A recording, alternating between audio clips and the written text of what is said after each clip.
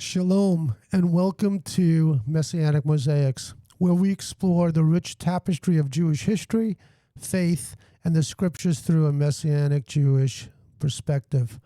I'm Rabbi Michael Calise, and today we have a really exciting topic, especially in light of America's 250th anniversary as a country.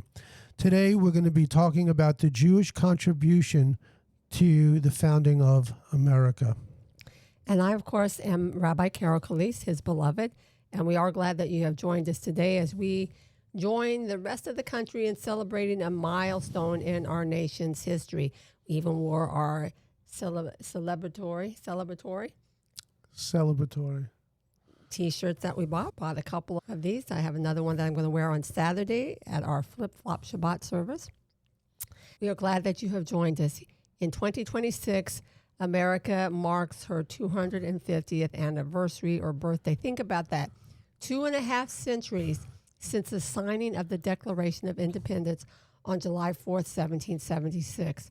So across the nation, there are commemorations, there's historical reenactments, documentaries, and a lot of celebrations reflecting on the birth of our nation. But today in our podcast, we're going to focus on the part of the story that is often overlooked. And in fact, maybe not even known by a lot of people. So, Carol, when most people think about the American Revolution, names like George Washington, Thomas Jefferson, Benjamin Franklin, Patrick Henry, and John Adams immediately come to mind. Few people, however, realize that Jewish men and women also played an important role in America's founding. In fact, some historians have observed that the influence of the Jewish community far exceeded its physical size. And that's what makes this story remarkable. The Jewish population in the American colonies was incredibly small. Historians generally estimate that there were somewhere between 1 and 2,000 Jewish people living among nearly 2.5 million colonists. So think about that for a moment. That's less than 0.1% of the population. Wow. Which is common because Jewish people are smaller in number Obviously. compared to the world population. Yet this tiny community produced financiers who kept the revolution alive, soldiers who fought on the battlefield, merchants who sacrificed enormous fortunes, rabbis who defended liberty, and we're even going to talk about a couple of Jewish women who sustained the patriot cause. There were civic leaders who helped shape one of America's greatest principles, all of these Jewish people, and that is religious freedom. Indeed. And we feel their story deserves to be remembered and to be told. For some of you, this is going to be the first time you've ever heard of any of these people who were very instrumental in the founding of our nation. As Messianic Jews, this history resonates with us in a special way. Throughout history, the Jewish people have sought to be faithful citizens wherever God has placed them while remaining, of course, faithful to Him above all else. That reminds me of the words spoken through the prophet Jeremiah, to the Jewish exiles living in Babylon. So in Jeremiah 29, verse 7, it says, "Seek the welfare of the city where I've caused you to be carried away captive. Pray to Adonai on its behalf, for in its welfare you will have your welfare." Wow. So although Jeremiah was speaking to Jewish exiles in Babylon, this principle has guided Jewish communities for centuries. We are called to pray for the nation where God has placed us, to seek its welfare and to contribute to its flourishing while remaining faithful to the God of Israel. And that's a principle we should still live by. Absolutely. We can get upset about things going on in our nations, but if we would do what Jeremiah encourages us, it would be different. And this biblical principle is beautifully illustrated in early American history when we look at the Jewish people. They lived in the colonies and they weren't looking for great power or special privileges. They simply wanted the opportunity to live openly as Jewish people, to worship the God of Abraham, Isaac, and Jacob without fear, to raise their families in peace, and to contribute to the good of the communities around them. Think about it. For centuries, in Europe, this had rarely been possible for the Jewish people. In many countries, they were restricted in where they could live. And maybe in a future day, we'll do a podcast on other aspects of Jewish history. And I want to just say a shout out and thank you to our son Josiah, who helped us to collect a lot of this history. He's a history buff, and if you ever talk to him, you will find out about that. But in all of these other countries in Europe, they were restricted on where they could live, as I said. They couldn't own land. They were barred from many occupations. They couldn't be professors or attend universities. They were heavily taxed. Almost every country in Europe expelled their Jewish people at one time or another. So they would travel from one nation to another trying to find refuge. And frequently they were forced to swear religious oath that violated their conscience if they wanted to hold a public office. Military service was something that was not necessarily an option for them. And citizenship, as a little uncertain, it was like a yo-yo. One day, yes, you can be a citizen. The next day, no, you can't be just because you're Jewish. So these are freedoms that we often take for granted here in America, but they really didn't exist in most of the world at that time. No, they didn't. So this is why the American Revolution meant something profoundly different to Jewish colonists. Certainly they shared many of the same concerns as their Christian neighbors. For instance, taxation without representation, self-government, and freedom from British rule. But there was another dimension they saw. They saw the possibility of building a nation unlike any that had existed before. Not a nation where one church controlled the government, not a nation where citizenship depended upon belonging to the quote-unquote right religion, but a nation where liberty belonged to everyone. That was a revolutionary idea in the 18th century. And there's another fascinating layer to this story. While the Jewish community was very small, the Hebrew scriptures, the Torah, the Tanakh, were enormously influential in the founding of our nation. The founders constantly drew upon the stories of Moses, of the Exodus, the covenant given at Sinai, the judges of Israel, and the prophets as they thought about liberty, justice, and government. And even one of America's most enduring symbols, the Liberty Bell, bears words taken directly from the Torah.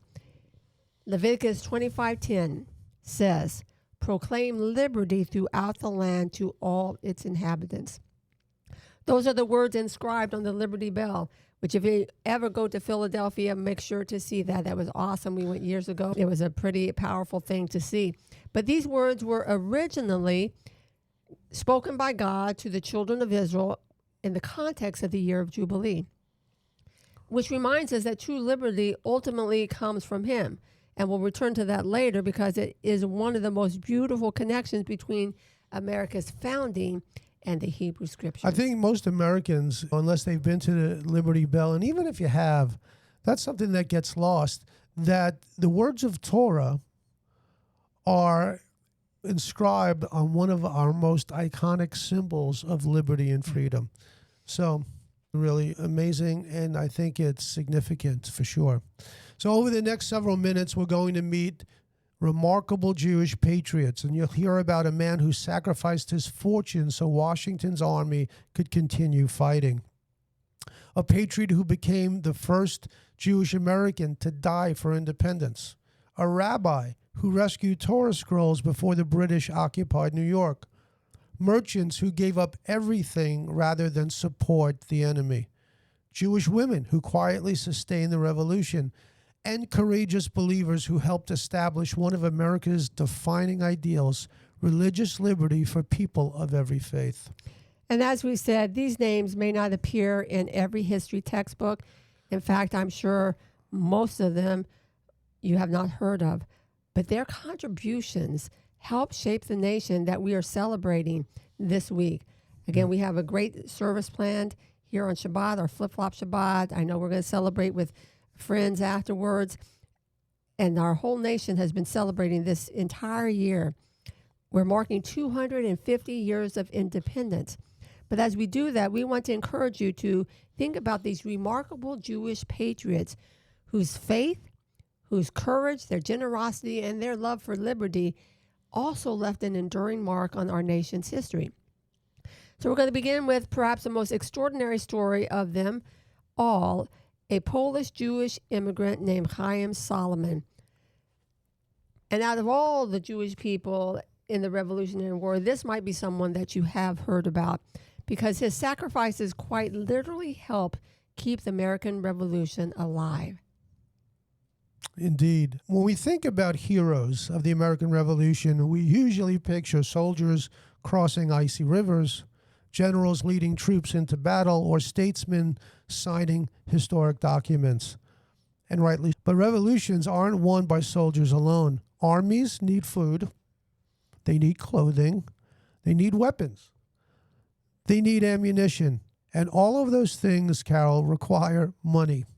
The American Revolution came dangerously close to collapsing, not because Washington lacked courage, but because Congress often lacked cash. So one Jewish patriot stepped into that crisis in a remarkable way, and as Carol mentioned, his name was Haym Salomon.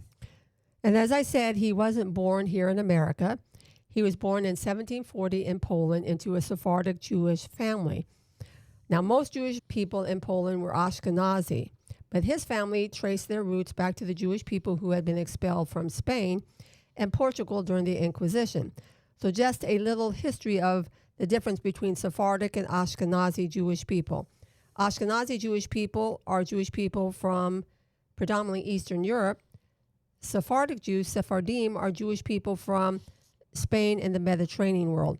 Michael's family is Sephardic. His family was in Turkey. We believe that they also ended up there from the expulsion from Spain. So Haym Salomon was one of those Sephardic Jews. Like many Jewish young men of his day, he became a merchant and a financier, and his business took him throughout all of Europe, where he learned several languages, including German, Polish, French, English, and Hebrew. Reminds me of your grandmother. We were told she spoke 8 different languages. Yeah. So these language skills would later become one of God's providential preparations for his life's greatest work. But first, Haym witnessed something that shaped his view of freedom. Yeah.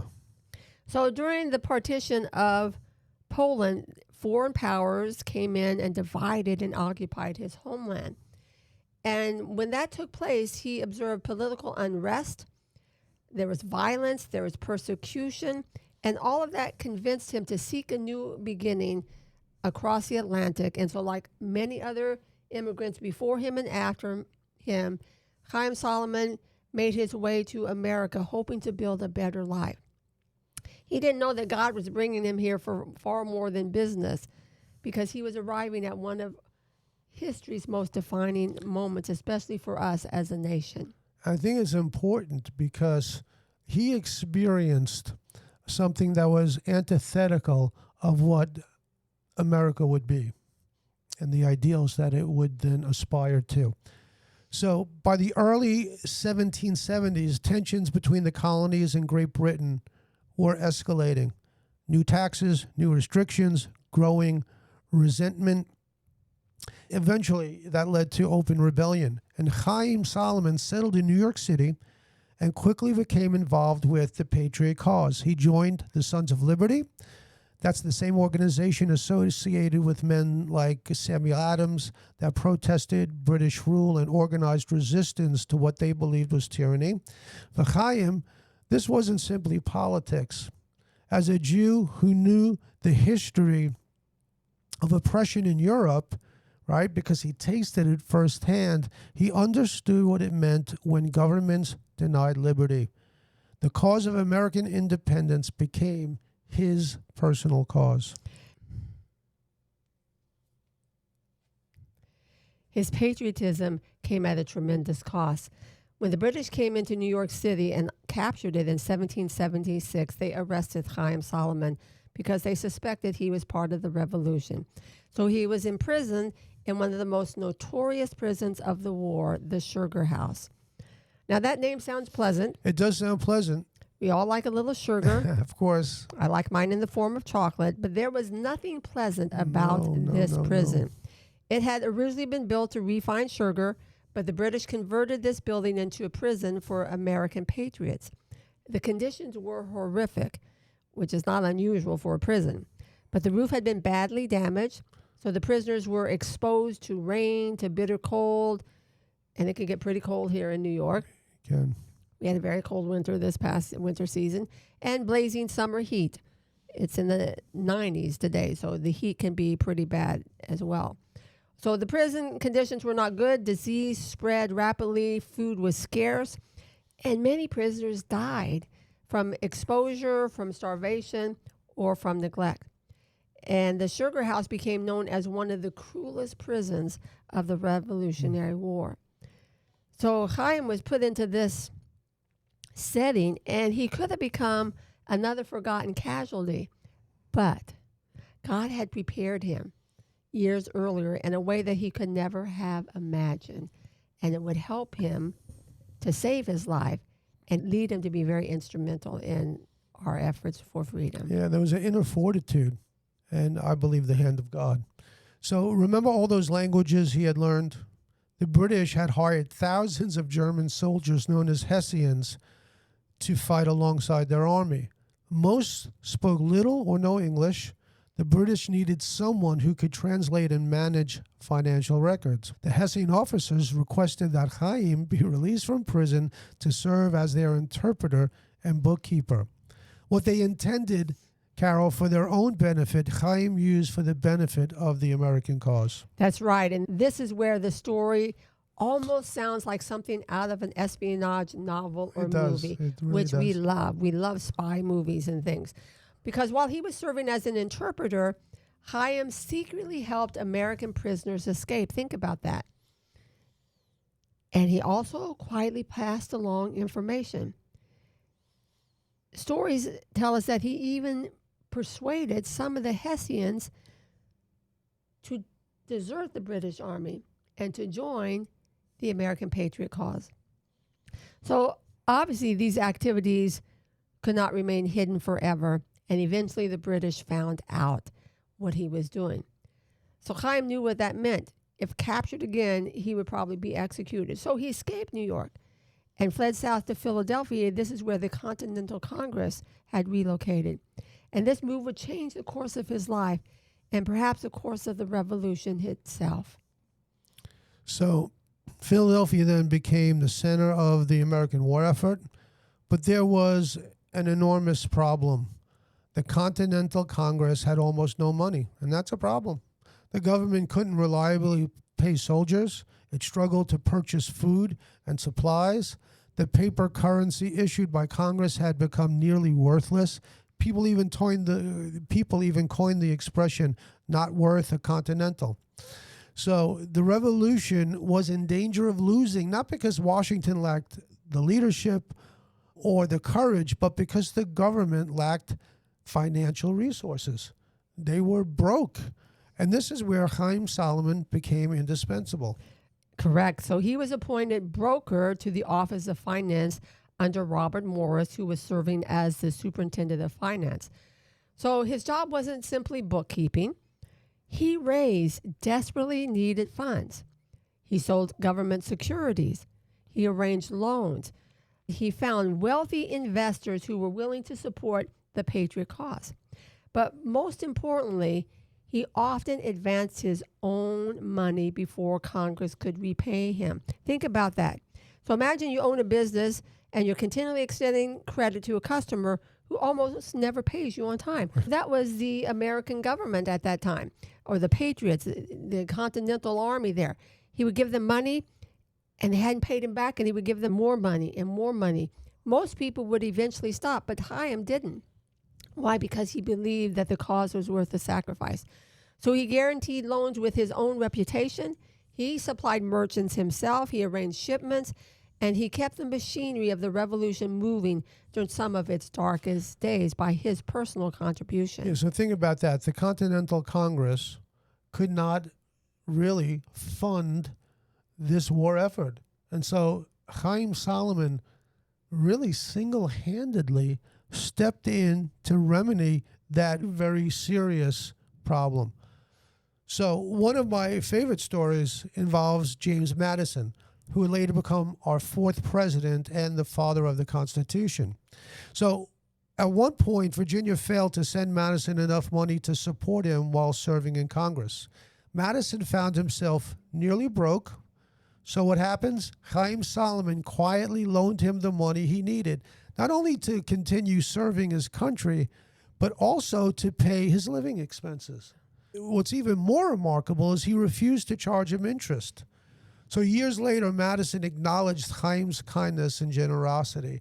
And this is really a beautiful reminder that history isn't shaped only by famous speeches and battlefield victories, Carol. Sometimes it's shaped by quiet acts of generosity that allow others to fulfill their calling. And that's exactly what Haym stepped in to do. And his generosity reminds me of Proverbs 11:23, which says, "A generous person will prosper, and whoever refreshes others will himself be refreshed." And Haym lived out that verse. He wasn't looking for recognition. Again, he wasn't seeking political office. He just simply asked, "How can I help?" Which brings to mind another Proverbs 3:27, which says, "Do not withhold good from those to whom it is due when it is in your power to act." Haym had the ability to help and to act, and that's what he did. Not once, not twice, but over and over again. Yeah, sadly, Carol, this story doesn't end with earthly riches. Many of the loans Haym personally guaranteed were never repaid. The government he helped save still owed him substantial sums of money when he died in 1785. He was only 45 years old, really a young man. So instead of leaving his family a fortune, he left them in debt. His widow and children had to rely on relatives for support. So from a worldly perspective, some might say he lost everything. But history tells really a different story. His wealth purchased something far greater than personal comfort. It helped preserve a nation, and it helped really found a nation. So, yeah, truly, totally invaluable, his efforts and what he did. Which leads us to this verse from Matthew 6, where Yeshua says, "Do not store up for yourself treasures on earth, but store up treasures in heaven, for where your treasure is, there your heart will be also." So Haym Salomon invested in something that was bigger than himself.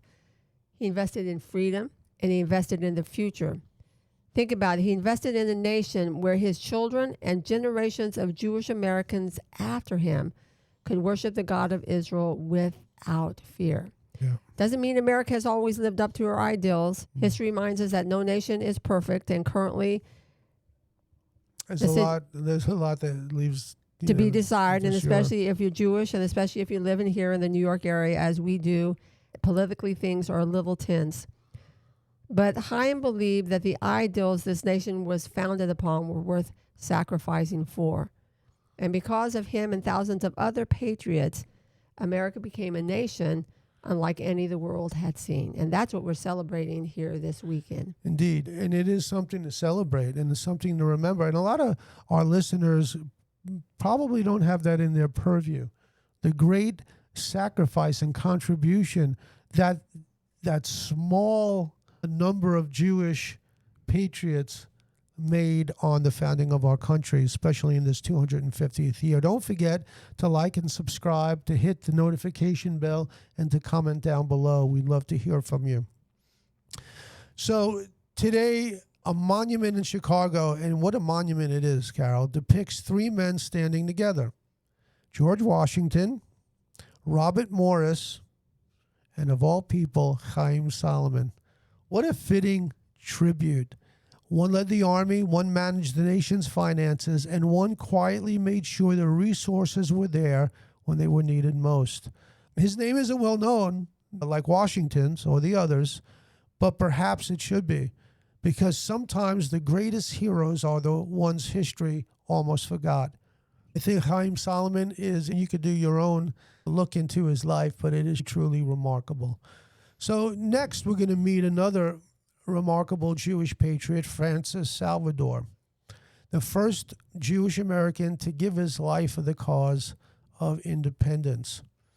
So when people hear about Jewish contributions to the American founding, they often think of financiers like Haym Salomon, if they're going to think about anyone. But Jewish patriots didn't simply fund the revolution, they fought for it. They bled for it, and some gave their lives for it.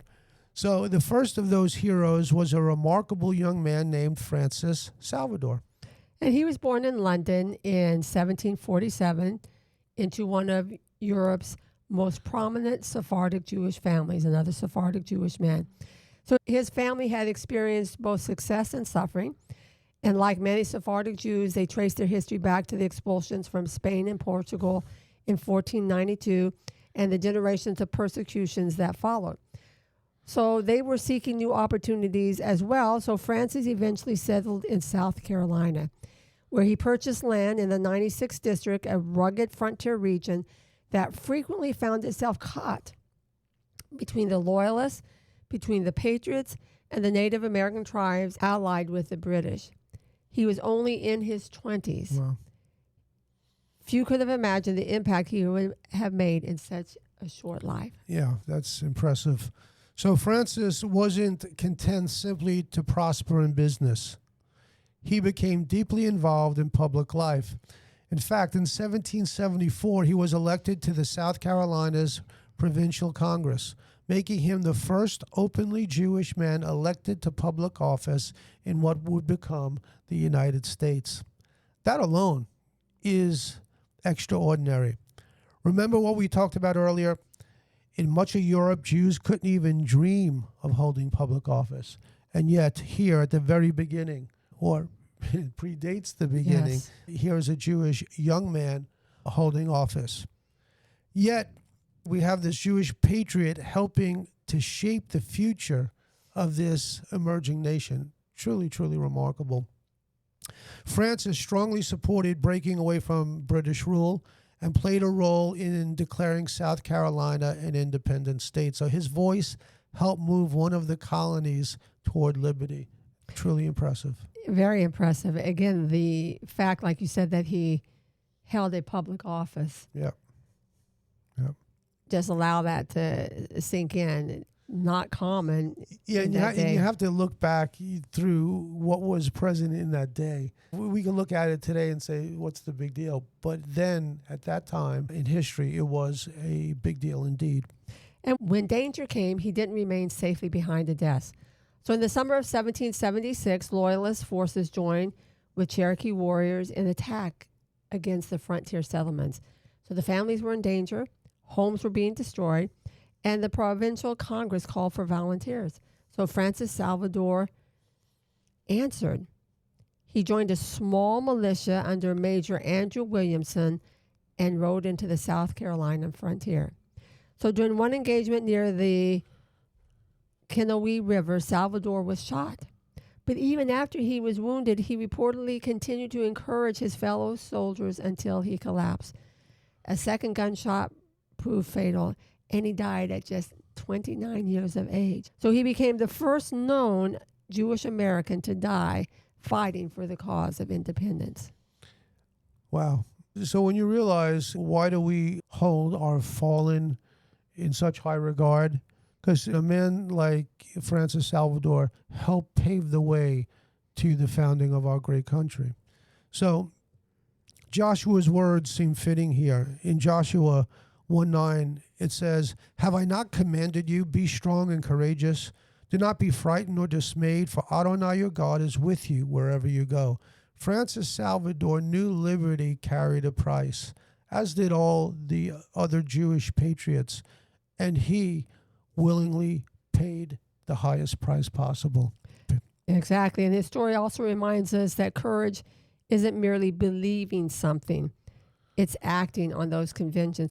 Many people believed and agreed with independence, but Francis risked and ultimately gave his life for it. So another remarkable patriot was Mordecai Sheftall of Savannah, Georgia. If Haym Salomon financed the revolution, then Mordecai Sheftall supplied it. He became deputy commissary general for Georgia, making him the highest-ranking known Jewish officer serving in the Continental Army. His responsibility wasn't a glamorous one, but he had to obtain some vital things for the cause. He had to obtain food, clothing, ammunition, horses, wagons, and every other necessity required to keep soldiers alive and keep them on the battlefield. Anyone who's ever served in the military knows battles cannot be won if the supply lines fail. And so this was vital, crucial even.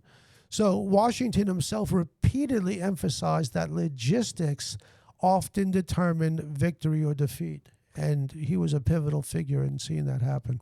So when Savannah fell to the British in 1778, Mordecai and his son were captured, and they became prisoners of war. And one of the most remarkable parts of the story is their determination to remain faithful to their Jewish convictions, even though they were captured. So historical accounts tell us they refused to violate the kosher dietary laws in spite of being imprisoned and in spite of harsh treatment. And that couldn't have been easy for them. Not at all. Imagine choosing faithfulness to God when every circumstance tempted compromise. For sure. So eventually they were exchanged and released. And instead of retiring from public life, he continued to support the revolution. He even purchased privateering ships that attacked British commerce. But in the end, this war cost him dearly because much of his property and wealth were never restored. Yeah. But he never abandoned the patriot cause. For those who were able to forge out this country and get it established, there is courage, there is commitment, there is conviction about their beliefs that weren't just, like you said, spoken with words, but they were acted upon. And we as a nation should be grateful. Benjamin Nones has one of my favorite stories. Born in Bordeaux, France, he voluntarily came to America because he believed in the cause of liberty. He wasn't fighting for the country of his birth. He was fighting for an ideal. So serving with distinction, he eventually achieved the rank of major. But perhaps his greatest contribution came after the war. Some Americans still question whether Jews should enjoy the same rights as Christians. Benjamin answered those critics with remarkable grace. Listen to part of what he wrote. And I quote, "I am accused of being a Jew. I glory in belonging to that persuasion. My children have not been taught to revile a Christian because his religion is not so old as theirs." So what a beautiful statement and sentiment. There's no bitterness. There's no hatred, simply confidence in his identity and respect for others. Yes, and Micah 6:8 comes to mind.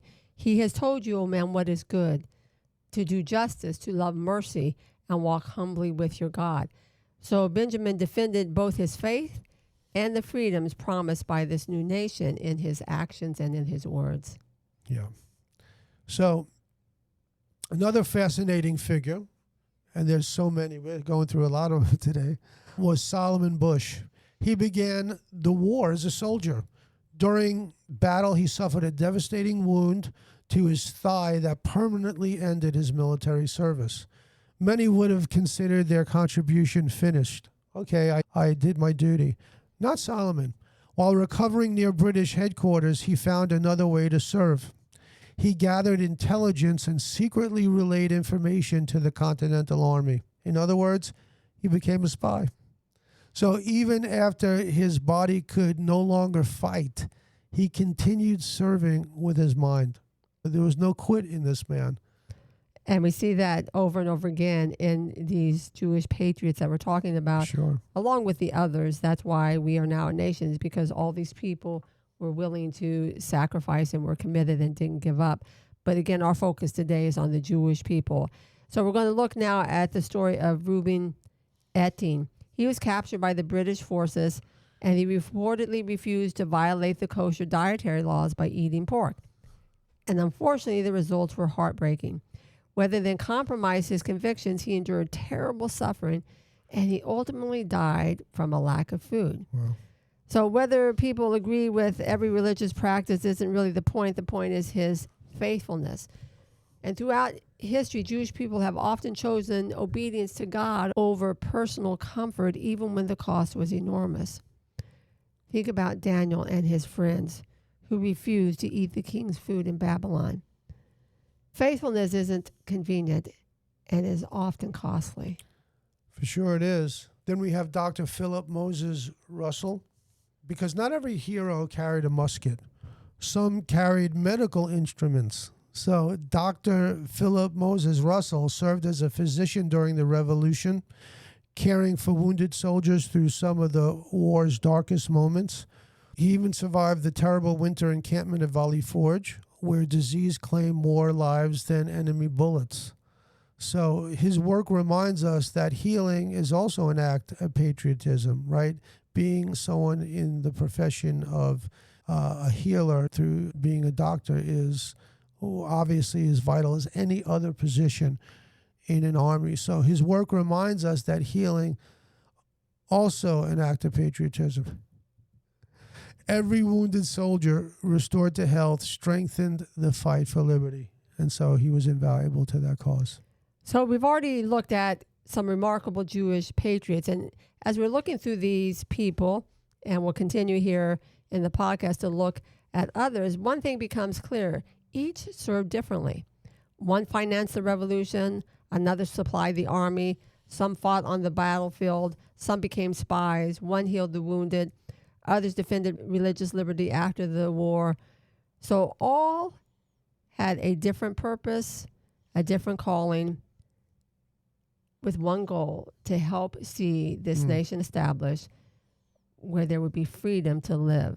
Kepha writes in 1 Peter 4:10, "As each has received a gift, use it to serve one another as good stewards of God's varied grace." Obviously, this was written many years earlier in a different context, but the principle still speaks powerfully. God doesn't ask all of us to serve in the same way, but he does ask us to be faithful, to use whatever gifts he has entrusted to us.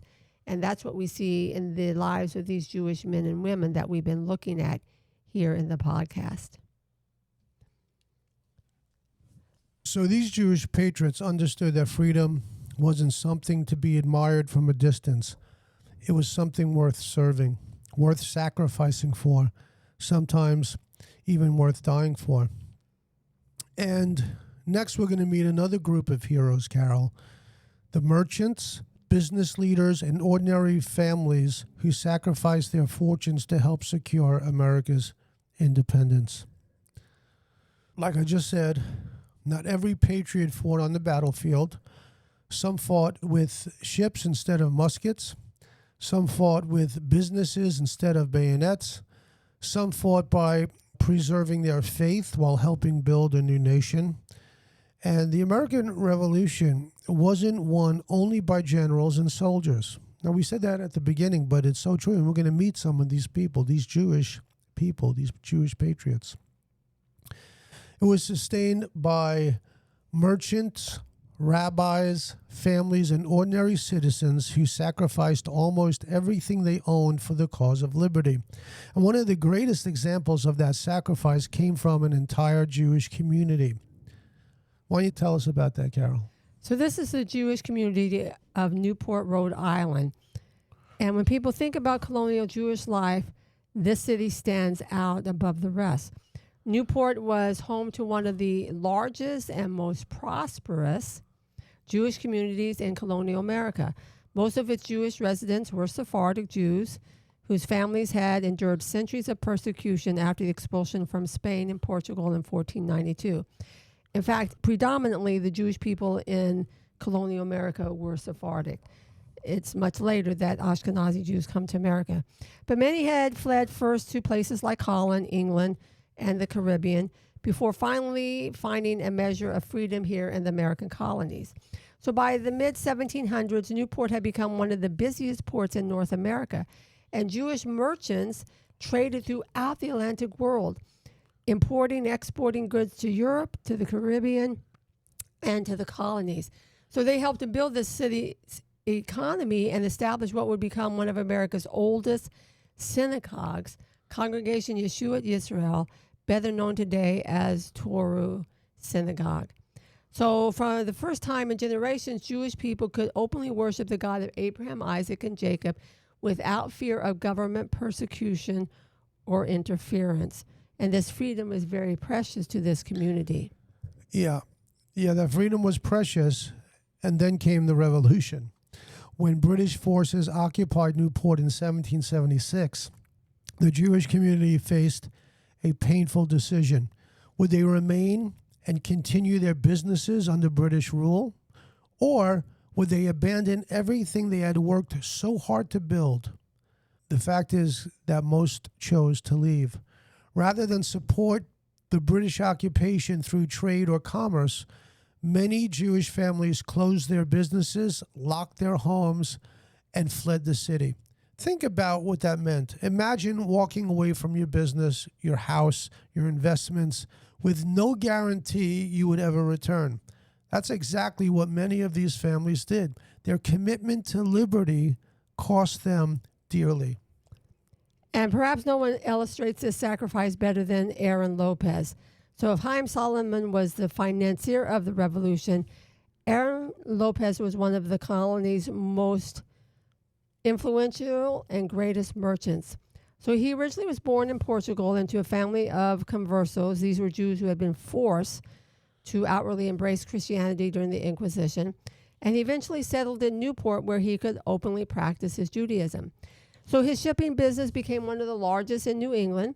His vessels sailed throughout the Atlantic, carrying manufactured goods, candles, lumber, food products, and all other types of commodities. So by every worldly measure, Arthur Lopez was extraordinarily successful. But when the revolution came, he willingly placed principle above profit. So British occupation devastated Newport's economy. His shipping empire collapsed, and much of the wealth he had spent decades building disappeared. But he never abandoned the patriot cause. Wow. His losses remind us that freedom has often demanded financial sacrifice as well as personal courage. So amazing. Yeshua asked a penetrating question in Matthew 16:26. What will it profit a man if he gains the whole world yet forfeits his soul? Aaron Lopez understood something similar. Some things are worth more than wealth: character, conviction, faithfulness, and freedom. And those values cannot be measured in dollars and cents. Which leads us to another remarkable story of merchants from Philadelphia. There were two brothers, Bernard and Michael Gratz, and they became two of the revolution's most important Jewish merchants. So long before independence was declared, they openly opposed the British taxation and restrictions that were imposed on the colonies. They were successful businessmen, and they could have protected their own interests by remaining neutral. One of my favorite stories from the revolution involves a rabbi, and his name was Gershom Mendes Seixas. Sometimes he's called the Patriot Rabbi. And he served congregations She'arit Israel in New York City, which was the oldest Jewish congregation in North America at that time. So when British troops prepared to occupy New York in 1776, many people simply fled for safety. So Rabbi Seixas had another concern, the Torah scrolls. Yeah. Those handwritten scrolls represented centuries of Jewish faith. So each one had been painstakingly copied by hand according to ancient tradition. They weren't just books. They were sacred treasure entrusted to the Jewish people. So rather than leave them behind, he gathered the congregation's Torah scrolls and carried them to safety in Philadelphia. So imagine the scene. A rabbi fleeing the city, occupied by enemy troops, protecting the word of God. It would make a good movie. It's touching. Determined that future generations would continue hearing the Torah read. It's a very powerful picture. It certainly is. So Devarim, Deuteronomy 31 records Moshe placing the Torah beside the Ark of the Covenant as a testimony for future generations. Throughout Jewish history, preserving God's word has always been a sacred responsibility. So Rabbi Seixas understood that. He wasn't simply protecting parchment and ink. He was preserving the spiritual heritage of his people. And after the war, he returned to New York, and his influence continued long after the fighting stopped. Yeah. In 1789, he participated in the inauguration of George Washington as the first president of the United States. So think about the significance of that moment. Here's a Jewish rabbi standing alongside Christian ministers during the inauguration of America's first president. Wow. This scene would never, ever happen in much of Europe. It's unimaginable to think of that. Yeah. And it symbolized something entirely new, religious liberty. Yeah. Not tolerance, but genuine freedom. He also became an outspoken advocate for ending religious test oaths that prevented Jews from fully participating in public life. He believed that citizenship should never depend upon belonging to one particular congregation or denomination. And this conviction would soon be echoed by George Washington himself in his famous letter to the Hebrew congregation in Newport, a document that we'll discuss a little later. So, history often remembers generals and politicians, but revolutions are also sustained by courageous women whose names rarely appear in history books. So today, we like to remember two remarkable Jewish women. And the first is Abigail Mendes, who was about 80 years old when the revolution reached Savannah, Georgia. Wow. Think about that. Most people her age would be thinking about retirement, Yeah. about this is the end, I don't want to get involved in anything. But she Right. became part of the patriot effort. She was a successful businesswoman. She was a plantation owner. She was an innkeeper. And she used her resources to provide food and supplies for the Continental soldiers during the siege of Savannah. She managed her businesses while caring for her family and supporting the struggle for independence. So like many others, war disrupted everything she had built. Of course. So she fled during the British occupation, later returning to help rebuild after the Patriots regained control. So she reminds us of the woman described in Proverbs 31. She was strong, she was industrious, she was generous, and she was faithful. Don't you love these stories? They're amazing. I find them inspiring. Another remarkable woman was Rebecca Gomez of New York. Widowed at a young age, she continued operating her family's chocolate. I know this is going to be near and dear to your heart, Carol. Operating her family's chocolate manufacturing business, becoming one of the only known female chocolatiers in colonial America. She would have been very popular. And she didn't stop there. Historical accounts indicate she supported members of the Culper Spy Ring, including Robert Townsend, by providing assistance through her business connections. By the way, we live in the land of that Culper Spy I Ring. was getting ready right here. to say that. It's right here in the town that we live in. It took place. We have a development that was recently put up called the Spy something. And in our town in Coram, New York, is where they burn the hay to prevent the British soldiers from having them. So we're familiar with this Culper Spy Ring, and she was a part of it. And yes, I would have loved her being a chocolatier. Yeah, indeed. Later, she sold land that became part of the area where the New York Stock Exchange would eventually develop. Once again, we see someone whose contribution wasn't made on the battlefield, but behind the scenes, and very important. Sometimes history is changed quietly. One conversation, one business decision, one act of generosity at a time.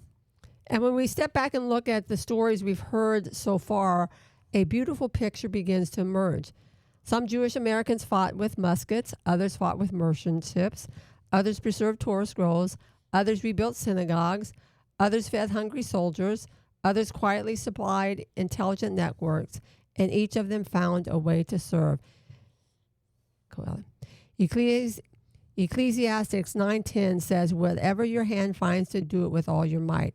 And that is exactly what these men and women did. They used the gifts that God had given them, their resources, not for personal recognition, but for the good of their neighbors and the future of the nation. In our final section, Carol will explore perhaps their greatest legacy of all. Not simply helping America win her independence, but helping America become a nation where religious liberty belonged to people of every faith. Just want to encourage you as we get into this segment to like and subscribe, hit the notification bell, and comment below. We really appreciate it. And check out our other podcasts. As remarkable as the stories of Jewish soldiers, merchants, and rabbis and patriots are, perhaps their greatest contribution came after the guns fell silent. Winning the revolution was only the beginning. The greater challenge was building a nation. So what kind of country would America become? Would it simply replace one ruling church with another? Would citizens have to belong to a particular denomination to enjoy equal rights? Or could a nation truly exist where people of different faiths stood equally before the law? Those questions matter deeply to America's Jewish community. In fact, one of the strongest voices for religious liberty was a Jewish man, patriot named Jonas Phillips, and his own life reflected the immigrant story that had become so familiar in America. He was born in Germany and eventually came to the colonies as an indentured servant. And after completing his years of service, he earned his freedom and became a successful merchant. So when the revolution began, he didn't stand on the sidelines like so many that we've already heard about. He served. For him, he served in the Pennsylvania militia. He supported blockade running efforts, and he faithfully backed the patriot cause. But after the war, he recognized that political independence alone was not enough. This new nation also needed true religious liberty. So when Pennsylvania proposed a religious test oath requiring office holders to affirm specifically Christian beliefs, Phillips respectfully but firmly objected. He wrote to the Constitutional Convention explaining that Jewish citizens who had fought and sacrificed for American independence should not be excluded from public service because of their faith. And his appeal wasn't for special treatment.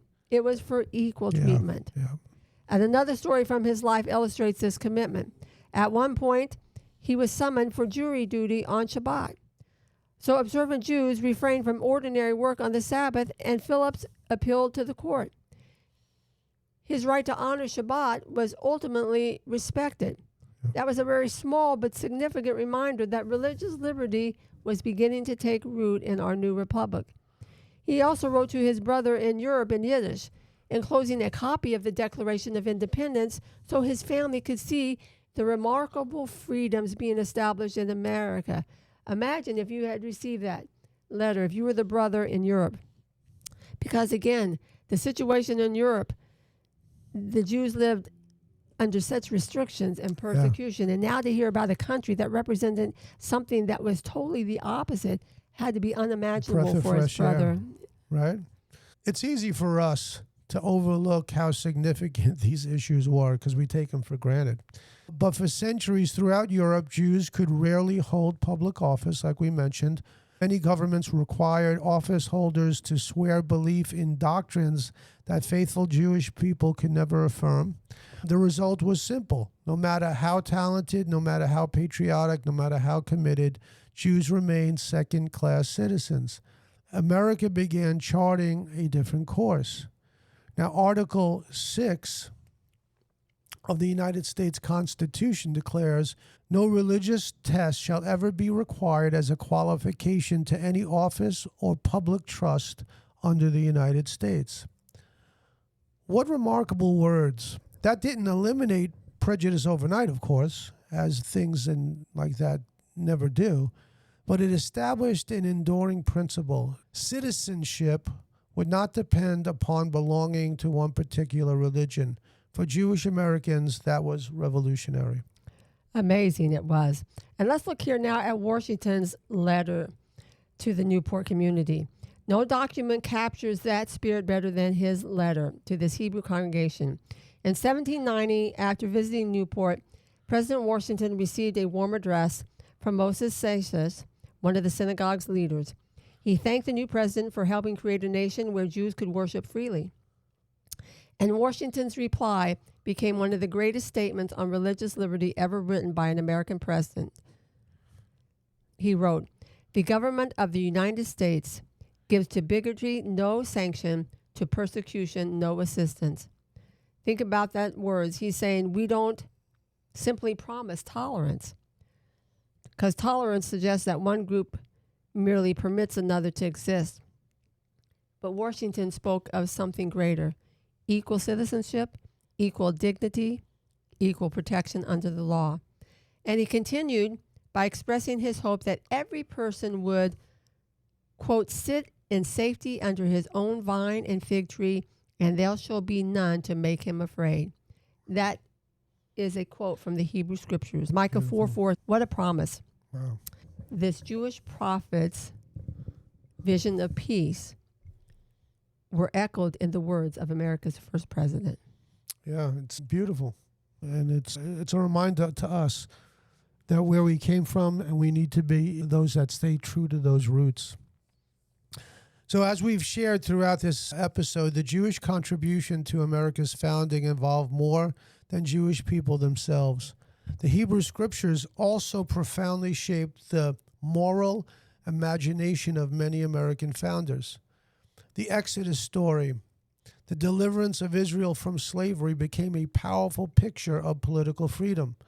Colonial sermons frequently compared King George III to Pharaoh and saw the struggle for independence through the lens of Israel's journey from bondage to liberty. The language of covenant also influenced early American political thought. Many leaders spoke of mutual responsibility, moral accountability, and the importance of virtue in sustaining a free society.